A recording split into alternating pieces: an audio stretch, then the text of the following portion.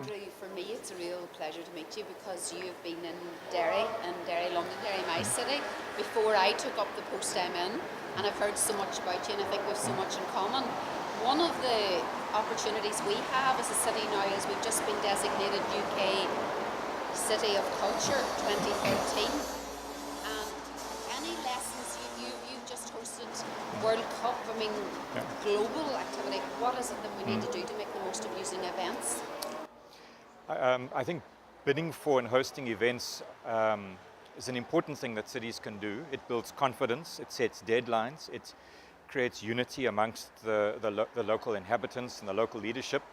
It's also important not just to have the event, but then leverage it for socio-economic benefit for the locals. It's no good just having it for the sake of having it or to put your name on the global map. It's got to have some benefits for households, for neighborhoods. That's why I like cultural events.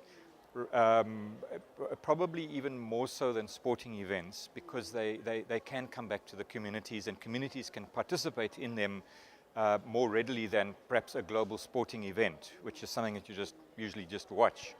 That is why, for example, like you have successfully bid for your cultural event, your title, we are also bidding for World Design Capital 2014. And the emphasis there is not just on winning the bid, it's also on how do local people involved in the design industry, in redesigning our city, making it a more livable place for everyone, reintegrating our city, how do they participate in the campaign? That's at the end of the day the most important thing. I mean, one of the interesting things that I think South Africa handled very well was in the early days of the run-up to the World Cup, there was a lot of criticism because those most disadvantaged didn't appear to be going to get some benefit. But I think you very quickly were able to counter that just by what you've described. Well, firstly, no one event solves all your socio-economic development. You know, hosting the World Cup didn't solve our housing problem or our unemployment problem. And it's never going to, no matter how you organize it.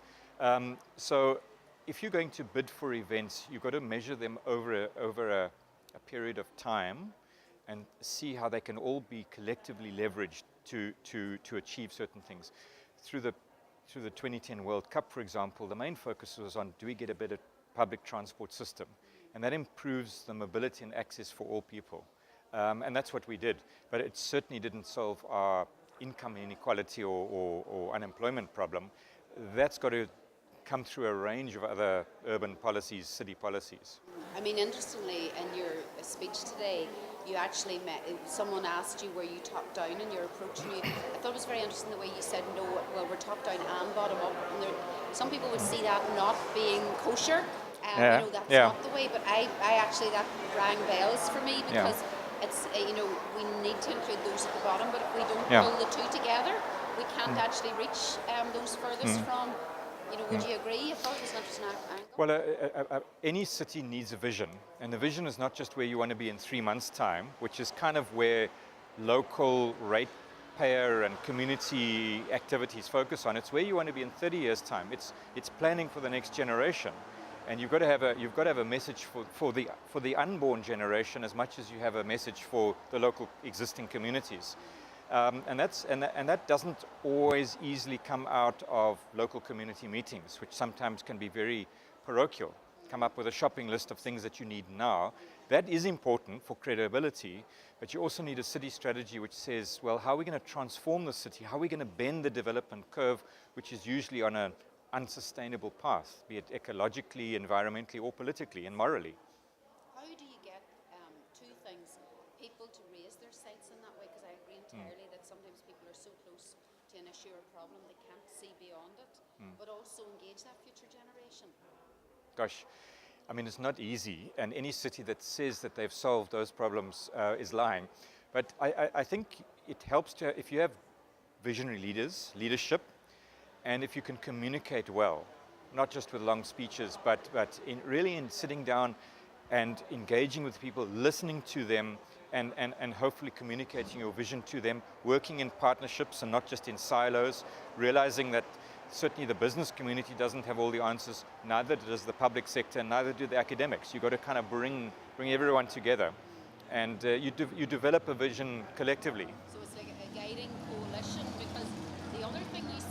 manage. I think sometimes urban theory forces people into an organisational model mode, and you describe what you do as being much more ad hoc's not the right word, but it's about, you were saying about shared vehicles, different vehicles for partnership.